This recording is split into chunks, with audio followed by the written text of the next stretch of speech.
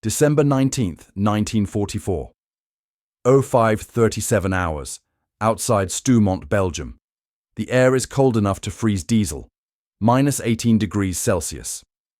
Tech Sergeant Raymond Red Kowalski kneels in snow that comes up to his thighs, holding a piece of corrugated cardboard scavenged from a ration box. His hands, bare because he needs the dexterity, are already losing color. Behind him, an M4A3 Sherman tank idles. Engine number 47839, 3rd Armored Division. The tank has been running for 47 minutes straight because if they shut it down in this cold, it won't restart. The Ford GAA V8 engine produces 500 horsepower at operating temperature. Right now in this cold, it's producing maybe 340. Sluggish, unreliable, dangerous. In front of him, 2 kilometers down the road through the Ardennes forest, a Kampfgruppe from the 1st SS Panzer Division is pushing west. They have Panther tanks, Panzer IV, Stug 3s, all with engines designed for Russian winters, all performing better in this cold than his Sherman. Kowalski is about to wedge fucking cardboard, into his tank's cooling system. Block off airflow, trap heat, turn a precisely engineered American machine into something improvised and desperate. His tank commander, Lieutenant James Brennan, stands above him in the turret hatch. Red, we move in 3 minutes, with or without your science project. Kowalski doesn't look up. He's calculating. The Ford GAA runs hot normally. That's why it has such an aggressive cooling system. But in minus 18 degrees, the engine can't reach operating temperature. Oil stays thick. Transmission fluid flows like cold honey. The tank accelerates like an asthmatic old man. If he blocks the cooling, the engine might overheat and seize. Catch fire. Melt down. That's why it's forbidden. That's why the technical manual explicitly warns against obstruction of cooling airflow. But if he doesn't block it, they'll be slow, vulnerable, dead. He has one piece of cardboard, some wire scavenged from field telephone line, and a knowledge of internal combustion engines learned in a Detroit garage before the army taught him to fix tanks. This is the decision. Burn out the engine or freeze to death trying to fight with one. The wire is cold enough to stick to his fingers. Raymond Kowalski grew up in Hamtramck, Michigan, a Polish enclave inside Detroit city limits where you could walk 3 blocks and never hear English spoken. His father, Stanislaw, worked at Dodge, Maine. Assembly line. 43 years on the same floor, installing transmissions. Red didn't want the line. He wanted the garage. By age 14, he was working at Maxx Auto Repair on Joss Campow Avenue. Oil changes at first, then brake jobs, then the complicated stuff, timing, carburation, engine rebuilds. He loved the logic of it, the way a machine that wouldn't run could be diagnosed, disassembled, understood, fixed. His specialty was winter starting. Detroit winters hit minus 20 some years. Cars wouldn't turn over. Batteries died. Oil congealed. Red learned every trick. Block heaters, battery warmers, improvised radiator covers made from blankets or cardboard to help engines reach temperature faster. Old man Maxek, Jan, 67, came over from Krakow in 1911, taught him, engine is like person, too cold, cannot work, too hot, cannot work. Your job is find the middle, keep it happy. Red joined up in 1942, turned 20 in basic training at Fort Knox. The army needed tank mechanics desperately. The M4 Sherman was being produced by the thousands, and they all needed maintenance. He scored high on mechanical aptitude, was assigned to armoured maintenance school. He learned the Ford GAA V8 inside out, 100 cubic inches, aluminum block, dual overhead cams. It was beautiful, over-engineered, powerful, and it had one massive flaw. It ran too hot. The engine was derived from an aircraft design, the Ford GAV-12, built for high altitude where cooling was easy, adapted for tanks where cooling was hard. The army solved this with an aggressive cooling system, large radiator, high volume fan, maximum airflow, perfect for North Africa, perfect for Italy. terrible for Belgium in December. By December 1944, Red had been with 3rd Armoured Division for 11 months.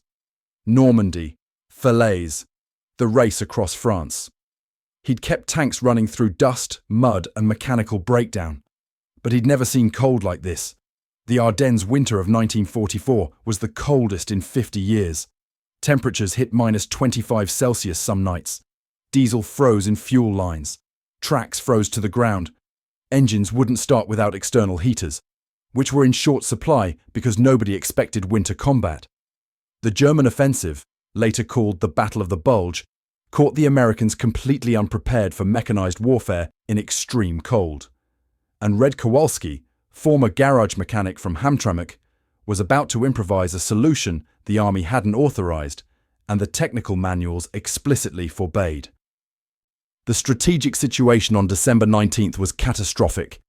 3 days earlier, on December 16th, 3 German armies, 29 divisions, 400,000 men, 1,400 tanks and assault guns had attacked through the Ardennes forest. The offensive aimed to split the Allied armies, capture Antwerp, and force a negotiated peace in the west. It was working. German armour had punched through American lines. The 106th Infantry Division had been surrounded and was being destroyed. Bastogne was encircled. German Kampfgruppen, combined arms battle groups built around Panther and Tiger tanks, were racing west toward the Meuse River, and the cold was killing the American response. US armour doctrine relied on mobility. The M4 Sherman wasn't the best tank. German Panthers and Tigers had better armour and guns, but Shermans were faster, more reliable, and produced in overwhelming numbers. American tactical doctrine was avoid frontal engagement with heavy German armour, use speed and numbers, flank, overwhelm, keep moving. Except in -18-degree weather, Shermans weren't fast anymore. The Ford GAA V8 engine's optimal operating temperature was 82 to 93 degrees Celsius. In normal conditions, the aggressive cooling system kept it there. But in extreme cold, the engine couldn't reach operating temperature. It would idle at 45-50 degrees. Never warm up fully. Performance dropped dramatically. Oil viscosity increased. The engine manual specified SAE 30 weight oil for normal operations. In extreme cold, that oil became too thick to properly lubricate at startup. The Army had winter weight oil, SAE 10W, but supplies were limited and hadn't reached frontline units yet. Transmission fluid thickened. The Sherman's transmission was already its weakest point. It had a reputation for being balky and prone to failure. In the cold, shifting became nearly impossible. Drivers reported needing both hands and all their strength to force the gear lever into position. Fuel systems froze. Diesel fuel contains paraffin waxes that crystallize below -15 degrees. Fuel filters would clog. Engines would starve. Tanks would stop. But here's what made it critical. The German tanks were performing better. The Panther tank's Maybach HL-230 engine and the Panzer IV's Maybach HL-120 were designed with the Eastern Front in mind. German engineers had learned from the Russian winter of 1941 to 42. They'd improved cold weather performance, better fuel systems, improved oil circulation, engine compartment insulation. The result? In the Ardennes cold, German armour maintained 70–80% operational performance, while American Shermans dropped to 50–60%. This created a tactical nightmare. American armour couldn't effectively maneuver, couldn't exploit numerical superiority, couldn't execute the mobile warfare doctrine they'd trained for. And the Army's response was, deal with it. Keep engines running. Don't shut down. Use approved procedures only. The technical manual for the M4A3 Sherman, Section 4th, paragraph 47, stated explicitly, critical. Do not obstruct radiator airflow or cooling fan operation. Engine overheating may result in catastrophic failure. Maintain all cooling system components per specification. This wasn't bureaucratic ass covering. It was real. The Ford GAA ran hot. Block the cooling, and the engine temperature could spike to 120+ degrees Celsius.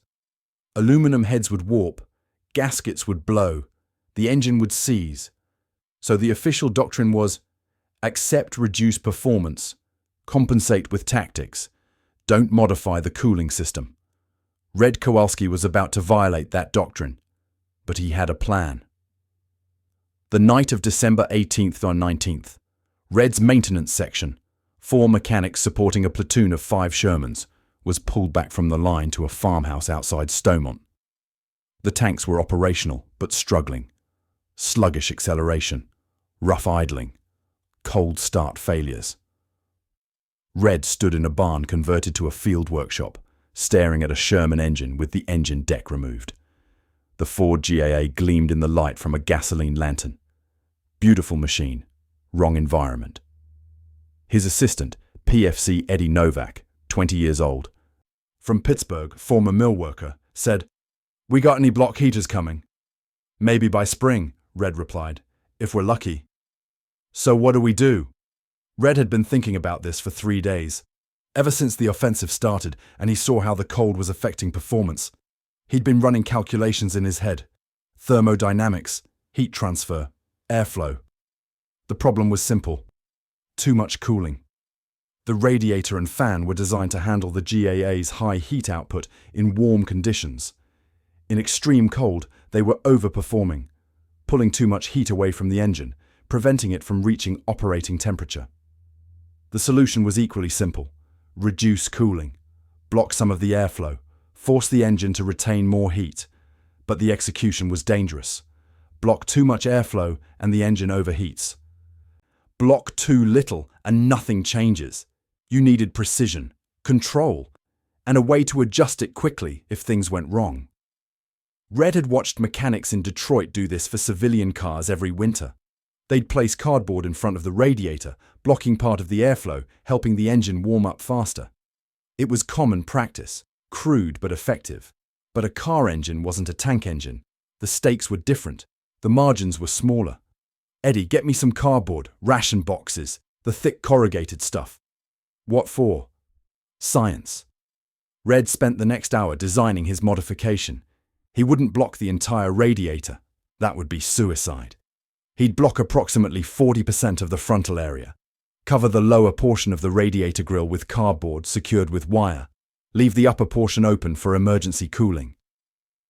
Create a system that trapped enough heat to reach operating temperature but had enough safety margin to prevent overheating. The math was imprecise. He was working from experience and intuition, not engineering calculations. But he'd done this kind of improvisation his whole life. Feel the engine, understand the machine, make adjustments. He tested the concept on his own tank, Lieutenant Brennan's Sherman, tactical number 38. With Brennan's reluctant approval, "If you blow my engine, I'll personally shoot you," Red installed the cardboard modification at 00:0200 hours on December 19th. The installation took 12 minutes. Cut cardboard to size. Wire it to the radiator grille. Leave the upper section clear. Simple. Reversible. They started the engine. Let it idle. Red watched the temperature gauge. Normally, in this cold, the needle would sit at the bottom of the green zone, about 45 degrees. With the cardboard in place, it climbed. 50 degrees, 60, 70, stabilized at 75 degrees, still below optimal, but dramatically better. Red revved the engine, watched the temperature. It climbed to 82 degrees under load. Perfect. Still safe, still controlled. He checked oil pressure. Good. Transmission response. Better. Noticeably better. The fluid was warm enough to flow properly. Brennan climbed into the driver's seat, tested the transmission. Holy shit, it actually shifts. Red said nothing, just watched his gauges. Temperature steady at 82 degrees, oil pressure nominal, no warning signs. "Red, can you do this to all 5 tanks?" "I can do it to the whole damn battalion if you let me." But here's what Red understood that others didn't. This wasn't a universal solution. It was a calculation based on specific conditions. Minus 18 degrees. This specific engine. This specific operational profile. If the weather warmed up, if they moved to different terrain, if they pushed the engines harder, the cardboard would need to be removed. or adjusted, or replaced. This was adaptive engineering, real-time modification based on immediate need. It required judgment, discretion, trust, things the Army wasn't good at providing. December 19th, 600 hours. Lieutenant Brennan's platoon, 5 M4A3 Shermans, moves out from Stoumont toward a German Kampfgruppe, reported moving west through the forest. All 5 tanks have Red's cardboard modification installed. He'd worked through the night, moving from tank to tank, cutting cardboard, wiring it in place, briefing drivers and commanders on what to watch for. Temperature goes over 100 degrees. You stop and rip the cardboard out. Understood. The morning is brutally cold. Minus 20 degrees now. The sky is grey. Snow everywhere. The forest is silent, except for engine noise and the grinding of tracks on frozen ground. Red rides in Brennan's tank. Commanders override, because Brennan wants him close if something goes wrong with the modification. The first indication that something's different comes within 10 minutes. The platoon is moving at 35 kilometers per hour on a narrow forest road. Normally in this cold, they'd struggle to maintain 20 kph. The engines are responding. Transmission shifting smoothly, acceleration crisp. Brennan, standing in the turret hatch, keys the radio. All units, platoon net, speed check. How's everyone feeling? The responses come back. Mobile. Responsive. Like a different fucking tank. Red, squeezed into the assistant driver's position, monitors the temperature gauge. 78 degrees. Stable. Perfect. Then they make contact. 0643 hours. The lead tank spots German armor, 2 Panzer IVs and a Stüge 3 assault gun, moving perpendicular to the road, approximately 800 meters distant through the trees. Brennan makes the call instantly. Flank them. Left echelon. Move now. This is the maneuver that should be impossible in this cold. Sharp turns, acceleration, coordinated movement, all things that cold engines struggle with, but Red's modification changes the equation. The Shermans accelerate smoothly. Transmission shifts are clean. The engines sound healthy, a deep, powerful rumble instead of the labored coughing of cold soak operation. They execute a flanking maneuver at speed. Get into position on the German column's exposed side. Open fire at 400 meters. The 1st Panzer IV takes a 75mm round through the side armor. Bruise up, ammunition detonates, turret lifts off, black smoke. The Stüge 3 tries to traverse its gun, but the Sherman platoon is moving too fast. A second round hits. Penetrates. Kill. The 2nd Panzer IV attempts to maneuver. But here's where the temperature makes the critical difference. The German tank is cold-soaked too. Its Maybach engine is performing at maybe 75% capacity. Better than an unmodified Sherman, but not better than Red's modified ones. The Shermans are faster. More maneuverable. They're operating at near normal performance while the Germans are still sluggish. The engagement lasts 4 minutes. 3 German vehicles destroyed. 0 American losses. The German survivors, crews bailing out of burning vehicles, look confused, shocked, because this isn't how it's supposed to work.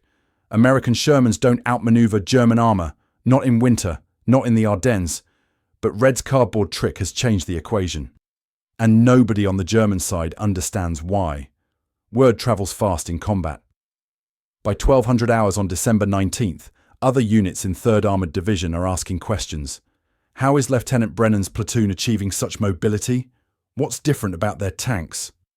Red is pulled into a meeting with the battalion maintenance officer, Captain Frank Morrison, former automotive engineer from Ohio. Morrison is skeptical. You blocked the cooling system with cardboard.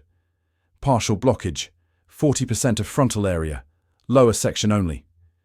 Kowalski, that's explicitly against technical manual specifications. Yes, sir, it is. And you did it anyway. The manual was written for North Africa, sir, not Belgium in December. Morrison stares at him, then at the temperature readings Red has documented. Meticulous logs showing stable operating temperatures, improved performance, no adverse effects. If one of these engines seizes, it's your ass. Understood, sir. How fast can you modify the entire battalion? By December 20th, Red and his maintenance section are running an improvised assembly line. Tanks cycle through. Red cuts cardboard, installs it, briefs crews, moves to the next one. The modification spreads, battalion to battalion, regiment to regiment, not through official channels, through informal networks, mechanics talking to mechanics. You heard about the cardboard trick? Works, trust me. By December 23rd, an estimated 30% of 3rd Armoured Division's Shermans are running with some version of Red's modification. Some use cardboard, others use canvas. A few inventive crews use sheet metal, creating adjustable louvers that can be opened or closed depending on temperature. The tactical impact is immediate and measurable. American armor units report improved mobility, faster response times, better maneuverability in cold weather engagements. But here's what creates the problem. The modification is unauthorized, unofficial, not tested by Army engineers, not approved by Ordnance Department. It violates technical manuals, and some tanks start having problems. December 21st, 1944. A Sherman from 2nd Battalion, modified with Red's cardboard trick but installed incorrectly, overheats during a sustained engagement near Manhay. The crew blocked too much of the radiator, approximately 70% instead of Red's recommended 40%.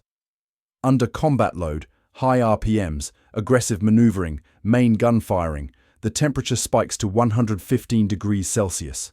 The aluminum cylinder heads warp. Head gasket blows. The engine seizes. The tank becomes immobile in the middle of a firefight. The crew has to abandon it. One man, Corporal Thomas Weber, gunner, is killed by German fire during the evacuation. The after-action report blames unauthorized field modification of cooling system. Red's name isn't mentioned, but everyone knows. Another failure. December 22nd. A Sherman near Houghton is running with cardboard modification. The crew doesn't remove it when the weather warms slightly. Temperature rises to -5 degrees. Combined with hard driving, the engine overheats. Doesn't seize, but the damage is done. The engine needs a complete rebuild. The tank is out of action for a week. Captain Morrison calls Red into his office. 3 failures in 2 days, Sergeant. Your modification is killing tanks. Sir, those weren't my installations.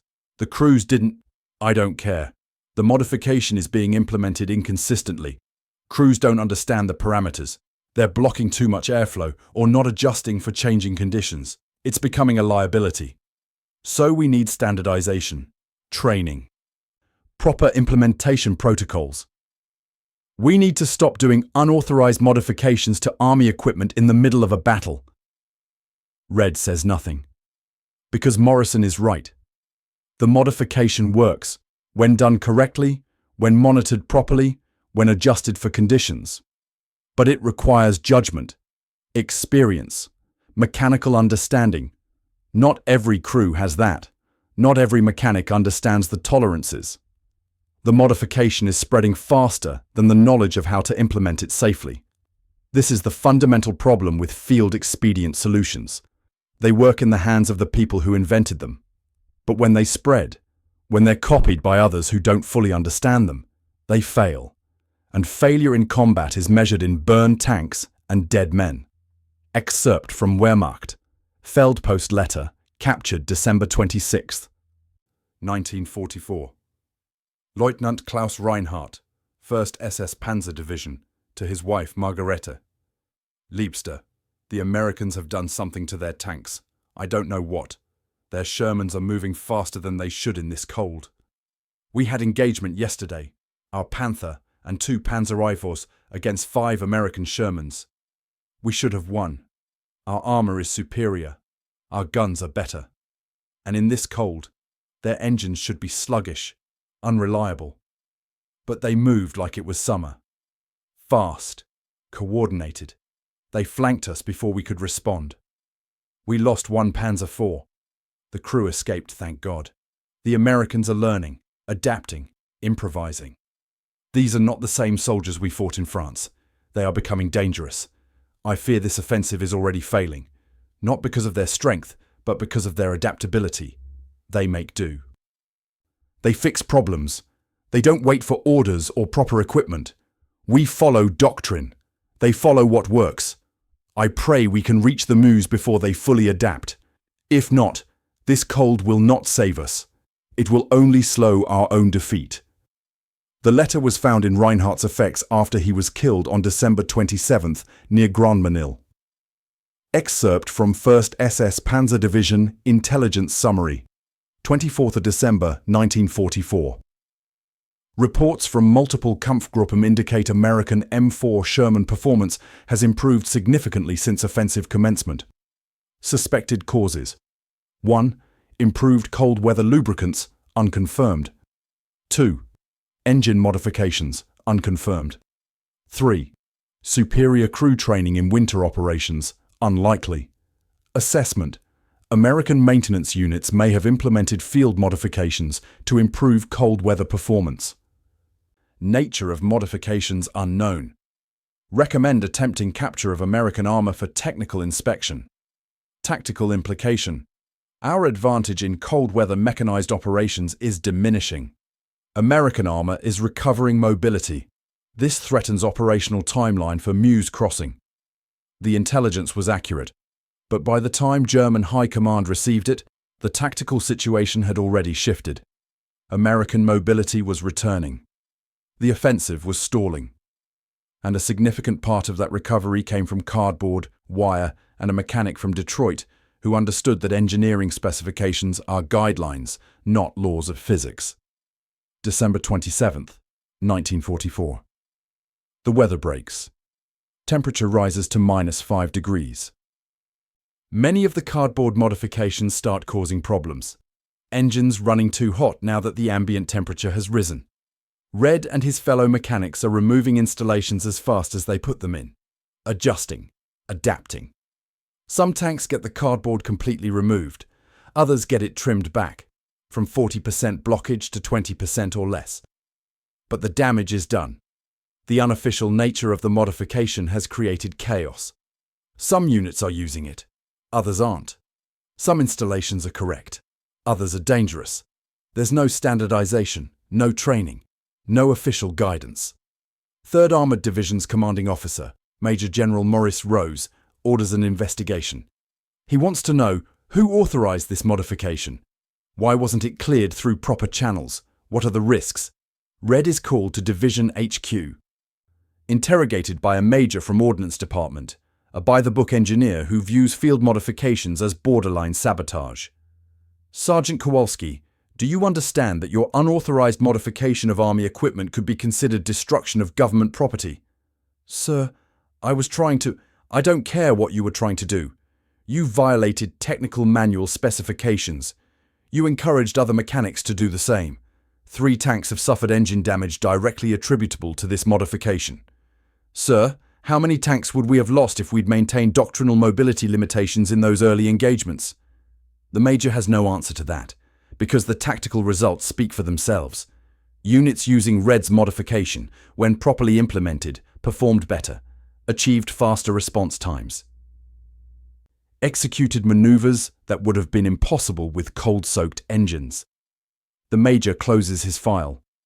You're getting a field reprimand for unauthorized modifications, but General Rose is also recommending you for a Bronze Star for initiative and mechanical innovation under combat conditions. Figure that one out. Red doesn't. Neither does anyone else. The Army is simultaneously punishing and rewarding him, telling him he broke the rules while acknowledging the rules were inadequate. This is how institutions handle disruption, with ambivalence, with contradiction, with recognition that sometimes the rules need to be broken, but also insistence that breaking rules must have consequences. February 1945. The Battle of the Bulge is over. German offensive defeated. American lines restored. The Ardennes cold is finally breaking.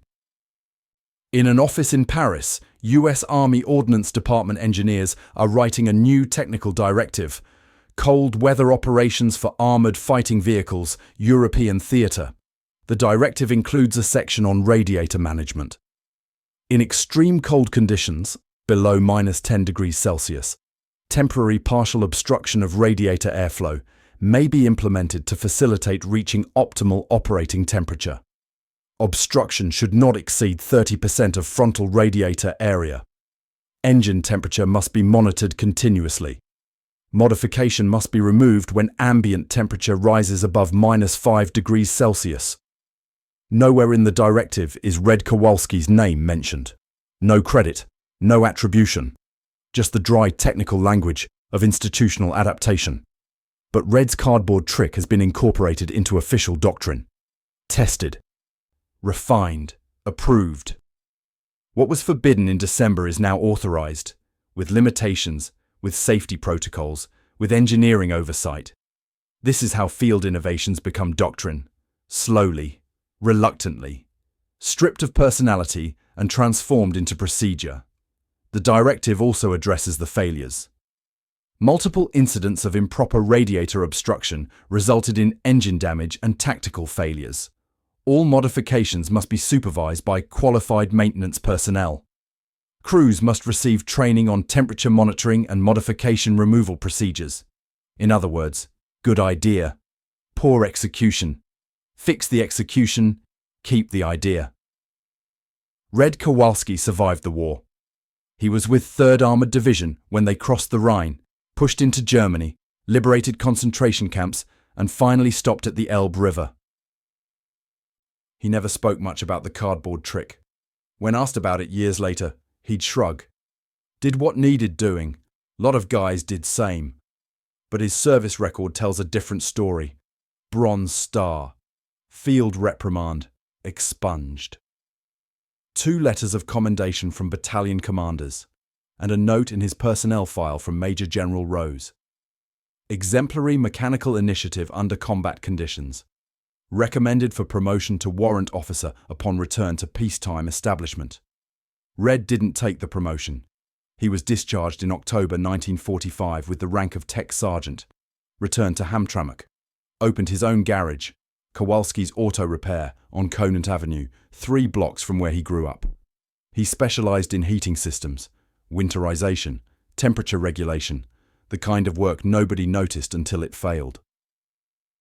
He married a girl named Helen Majewski, daughter of a tool and die maker. They had 3 kids. Red never talked about the war, didn't join the VFW, didn't attend reunions, just worked, fixed cars, raised his family. But mechanics who worked for him noticed something. He was obsessive about cooling systems, would spend hours diagnosing temperature regulation problems, would jury-rig solutions that violated manufacturer specifications but worked perfectly. Boss, the manual says, manual's wrong, do it this way. And it would work, always. One employee, Frank Dombrowski, young kid hired in 1963, asked him once, Red, where'd you learn all this improvised stuff? This isn't in any textbook. Red was lying under a Chrysler, replacing a thermostat. He was quiet for a long moment. Then, Belgium, winter of '44. Learned that manuals are written by people who aren't there. Sometimes you gotta figure it out yourself. That was the most he ever said about it. In 1978, the U.S. Army War College published a study, Field Expedient Solutions in WWII, Innovation versus Doctrine. One entire chapter was devoted to cooling system modifications during the Battle of the Bulge. The study noted, the so-called cardboard trick represented both the best and worst of field innovation. When properly implemented by qualified personnel under appropriate conditions, it provided measurable performance improvements. When poorly implemented by untrained personnel, it resulted in equipment damage and tactical failure. The study's conclusion: institutional doctrine must balance standardization with adaptability. Over-rigid adherence to technical specifications can be as dangerous as uncontrolled field modification. The optimal solution requires 1. Comprehensive initial design accounting for operational environment variability. 2. Clear guidance on authorized field modifications. 3. Training of personnel to implement modifications safely. 4. Rapid institutional incorporation of successful field innovations. In other words, Red was right, but the Army was also right. Good idea, poor execution, institutional response too slow. The study was read by approximately 200 people. Filed. Forgotten. But in 1991, during preparation for the Gulf War, an Army engineer at Aberdeen Proving Ground was reviewing cold weather armor performance. He read the 1978 study. Made a note. Consider cooling system adaptability for desert to mountain transitions. The M1 Abrams tank, designed in the 1970s, included adjustable cooling louvers. Crews could open or close them depending on ambient temperature and operational load. Manual override allowed field adjustment. The system worked, is still working. Soldiers in Afghanistan and Iraq adjust cooling based on conditions. Hot desert, close the louvers partway to reduce dust intake. Cold mountains, open them fully. Nobody remembers that this capability traces back, in small part, to a Detroit mechanic in a Belgian forest who put cardboard in front of a radiator because the manual didn't account for minus 20 degrees. That's how innovation works. Slow, incremental, unattributed. Here's what Red understood intuitively that took Army engineers months to formalize. An internal combustion engine is a heat pump. It converts chemical energy, fuel, into mechanical energy, motion, and heat. The ratio depends on efficiency. The Ford GAA was about 30% efficient, meaning 70% of the fuel's energy became heat that needed to be dissipated. The cooling system's job is heat removal. Match the heat generation to heat removal, and the engine runs at optimal temperature. Too much cooling, and the engine stays cold. Oil thick, metal contracted, efficiency poor. Too little cooling, and the engine overheats. Metal expands excessively. Gaskets fail. Components warp. The Ford GAA's cooling system was designed for a worst-case scenario. Maximum power output in high ambient temperature, 40+ degrees Celsius. This required aggressive cooling, large radiator, high-capacity fan, maximum airflow. But in minus 20 degrees, this aggressive cooling was overkill. The ambient temperature was providing cooling. The radiator and fan were removing heat faster than necessary. The engine couldn't reach optimal temperature. Red's solution was elegant. Reduce cooling capacity to match the reduced need. Block airflow. Force the engine to retain more heat. Let it reach operating temperature. The risk was overcorrection. Block too much, and you go from too cold to too hot. The margin for error was small. Red's genius was calibration. 40% blockage wasn't arbitrary. It was calculated based on experience, years of winterizing engines in Detroit. He understood the relationship between ambient temperature, airflow restriction, and operating temperature. He also understood variability. Different conditions required different solutions. That's why he used cardboard and wire, temporary, adjustable, reversible. Not a permanent modification, but a tunable response. This kind of adaptive engineering is difficult to institutionalize. Manuals prefer absolutes. Do this, don't do that. But reality demands judgment, context, experience. Red had all three. Most mechanics didn't. That's why his solution spread inconsistently, why some implementations worked and others failed. The physics was simple. The execution was hard. Red Kowalski died in 1989. Heart attack. He was 67 years old. Collapsed in his garage while diagnosing a cooling problem on a Ford Escort. His son, Michael, who'd taken over the garage in 1985, found him lying under the car, tools in hand. Temperature gauge on the workbench showing exactly 88 degrees Celsius. The funeral was small, family, a few old customers, no military honors. Red had never wanted them. But at the garage, the mechanics noticed something after he died. In Red's personal toolbox, a massive Craftsman chest he'd owned since 1946, there was a locked drawer. Michael found the key. Inside, a piece of corrugated cardboard, carefully preserved, labelled in Red's handwriting, Stumont, 19 Deck 44, first one. And beneath it, a technical drawing on yellowed paper. Detailed schematics showing radiator layout, airflow calculations, blockage percentages, temperature projections. All hand-drawn, all calculated without computers or formal engineering tools. evidence of a mind that understood machines at a level most engineers never reach.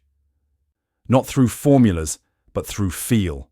Not through analysis, but through synthesis, taking complex systems and finding the simple intervention that made everything work. Michael kept the cardboard and the drawings, framed them, hung them in the garage office. Customers would ask about them. Michael would say, "My dad's war. He fixed tanks in Belgium." That was true, but incomplete. Red didn't just fix tanks, he fixed doctrine. He demonstrated that engineering specifications are hypotheses, not laws. That the difference between success and failure is often just understanding when the rules no longer apply. And he did it with cardboard. In 1984, 3rd Armored Division held a reunion in Columbus, Ohio. Lieutenant James Brennan, retired, age 62, former insurance executive, attended. He spent the weekend looking for Red Kowalski. He asked mechanics who'd been there, asked other tankers. Nobody knew where Red was. Or maybe they knew and didn't say. Red was the kind of guy who didn't want to be found. Brennan wanted to tell him something he'd never said in Belgium, because there wasn't time, because they were fighting, because soldiers don't say things like this.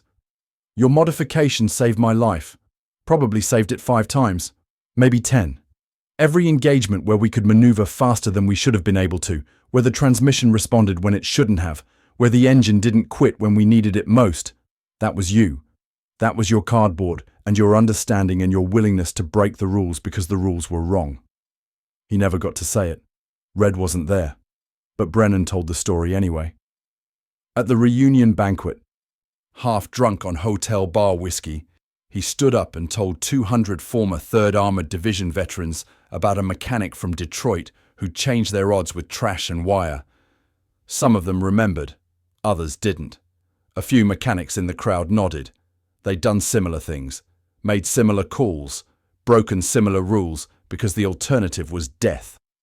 Nobody wrote it down, no official record, just memories shared by men who'd been there. That's how most of history actually works. Not in documents or official reports, in stories told by survivors who understand that the truth is complicated and the heroes are usually the ones who never wanted credit. In 2003, a mechanical engineering student at MIT named Sarah Chen was researching adaptive systems for her doctoral dissertation. She was looking at how complex systems respond to environmental variation when operating outside design parameters. She stumbled across the 1978 Army War College study, read about the cardboard trick, became fascinated. She tracked down the original technical reports from 3rd Armored Division, found Red's name in maintenance logs, discovered that he'd documented his temperature readings, meticulous records showing how engine performance varied with different blockage percentages at different ambient temperatures. She digitized the data, built computational models, ran simulations.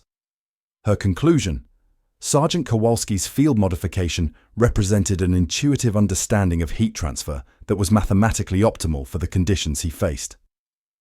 His 40% blockage figure was within 5% of the theoretical ideal for minus 18 degrees Celsius ambient temperature with the Ford GAA engine's heat output characteristics. He arrived at this figure through empirical observation and mechanical intuition, a methodology that modern engineering would require weeks of computational modeling to replicate. She tried to contact Red, learned he'd died 14 years earlier, found his son Michael, interviewed him about his father. Michael told her. He never talked about the war much, but he had this saying he'd repeat when training new mechanics: "The machine doesn't care what the manual says. The machine only cares what works. Your job is to figure out what works." Sarah used that as the epigraph for her dissertation. She got her PhD, went on to work at Tesla, designing adaptive thermal management systems for electric vehicles. She never met Red Kowalski, but she understood him, recognized in his wartime improvisation the same engineering philosophy that drives innovation. Question assumptions, test reality, trust empirical evidence over theoretical predictions. The machines that keep us alive, cars, tanks, aircraft, spacecraft, all rely on this philosophy.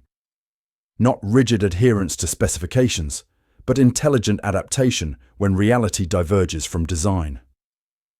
Red knew this in 1944. Engineering schools teach it now, but the lesson cost lives to learn. By the 1990s, the story had changed, become legend, distorted through decades of retelling. In some versions, Red's modification made Shermans faster than Panthers. It didn't. It made cold Shermans perform closer to normal, which was still inferior to Panthers in direct combat, but adequate for American tactical doctrine. In other versions, the modification was adopted army-wide and won the Battle of the Bulge. It wasn't. It was used by maybe 30% of one division, and the Bulge was won by superior numbers, logistics, and eventual air support when weather cleared.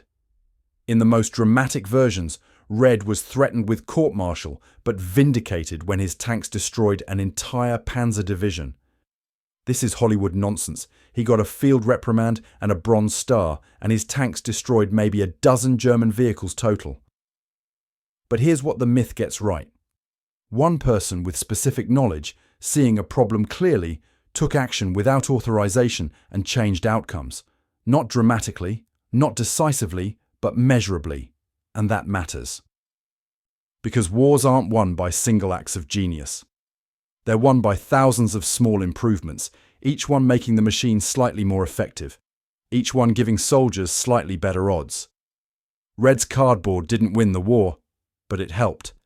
And multiplied across armies and years, helped is often the difference between victory and defeat. Today, the US Army has formalized field innovation. There are programs, soldier-born innovations, rapid equipping force, asymmetric warfare group, all designed to capture good ideas from the field and implement them quickly. The bureaucracy is still slow, still cautious, still prefers controlled testing over field expedience, but the principle is acknowledged. Soldiers in contact with reality understand problems that desk-bound planners miss. The modern army would handle Red's situation differently. Maybe. Probably. There would be channels to submit his idea, evaluation processes, safety testing, engineering review, and it would take 6 months, by which time the Battle of the Bulge would be over and the solution irrelevant. This is the eternal tension: safety versus speed, validation versus adaptation, minimize risk versus maximize effectiveness. There's no perfect answer. Red's approach saved tanks and crews. Red's approach also caused 3 engine failures and contributed to 1 death. Which outcome matters more? Depends on your perspective. Depends on whether you're the mechanic who needs his tanks mobile or the widow of the man who died because an engine seized. The Army's 1945 solution, formalize the modification, add safety protocols, require training, was probably optimal. But it was also too late for December 1944. Timing matters. Context matters. And sometimes the right answer is to break the rules, accept the risk, and fix the problems as they arise. That's not how institutions think, but it's how individuals survive. Spring 1945. Germany collapsing. 3rd Armoured Division racing across the Ruhr. The weather is warm now. All the cardboard modifications have been removed. The Shermans are running hot again, back to normal operating parameters, exactly as designed. Red is working on a tank that's developed a cooling system leak, radiator damaged by shrapnel. He's patching it in the field. Temporary fix until they can get a replacement part. A young mechanic, replacement, arrived after the Bulge, watches him work. "Sergeant, I heard you did something in the winter." "With the cooling system, cardboard or something?" Red doesn't look up from his work. "Yeah." "Did it work?" "Sometimes." "Are you going to write it up? Submit it officially? So it's in the manual?" Red finishes tightening a clamp, tests the seal. Coolant holds. Good enough. "Kid, by the time they put it in the manual, they'll have changed it so much it won't work anymore. They'll add procedures and restrictions and safety checks until the thing that made it useful is gone. That's how institutions work. So what's the point? Point is, you learn when the rules apply and when they don't. You learn to trust your judgment. You learn that every problem has a solution if you think hard enough and aren't afraid to try things. Can't teach that in a manual. Can't test it in a depot. You learn it here, in the field, when it matters. The kid nods. Doesn't fully understand, but will, eventually, if he survives long enough. Red starts the repaired tank, checks temperature. Normal. Good. Sends it back to the line. Just another day. Just another fix. Just another problem solved with available materials and mechanical intuition. This is the work that wins wars. Not dramatic. Not heroic. Just competent. Persistent. Effective. And when it's done right, nobody notices. The tank runs. The crew survives. The mission continues. That's the goal. That's always been the goal. Everything else is just noise. In 2019, the National WWII Museum in New Orleans acquired a collection of artifacts from 3rd Armored Division. Among them, a piece of corrugated cardboard, approximately 30 centimeters by 45 centimeters, with wire attachment points along the edges. The catalogue entry reads, "Radiator obstruction device, improvised, circa December 1944, used by U.S. Armored Forces during Battle of the Bulge to improve cold weather engine performance. Example of field expedient modification. The cardboard is displayed in a case with other improvised equipment. Armor plate welded to vulnerable tank areas, extra track links added for protection. Field modified gun sights. Evidence of an army learning, adapting, surviving. Most visitors walk past without pausing. It's just cardboard. Not dramatic like a Tiger tank or a Medal of Honor or a captured Nazi flag. But it represents something more important than drama. The intelligence to see problems clearly, the courage to act without permission, and the skill to implement solutions that work. These are the qualities that determine survival, not in single moments of heroism, but in thousands of small decisions made by people whose names nobody remembers. Red Kowalski's name isn't on the museum card. Doesn't need to be. He wouldn't have wanted it anyway. The cardboard is enough. Silent, fragile, preserved behind glass. A reminder that sometimes the most sophisticated solution is the simplest one. And sometimes the difference between life and death is just understanding when to trust yourself over the manual. The war machines roll on. The armies clash, the strategies evolve. But underneath it all, always, are the mechanics, the improvisers, the people who make things work when they shouldn't. They don't win wars alone, but without them, no war can be won. Red understood that, lived it, never spoke about it. And in a barn in Belgium in December 1944, with frozen hands and borrowed wire, he proved it.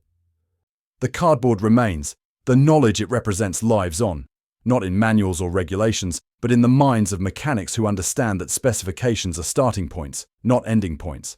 And somewhere, in every garage and depot and maintenance bay, there's a mechanic looking at a problem the manual doesn't solve, thinking, what if I tried? That's Red's legacy. Not the Bronze Star, not the field reprimand, not the story or the myth or the legend, just the question, the willingness to ask it, the courage to answer it. Everything else is just cardboard and wire and cold.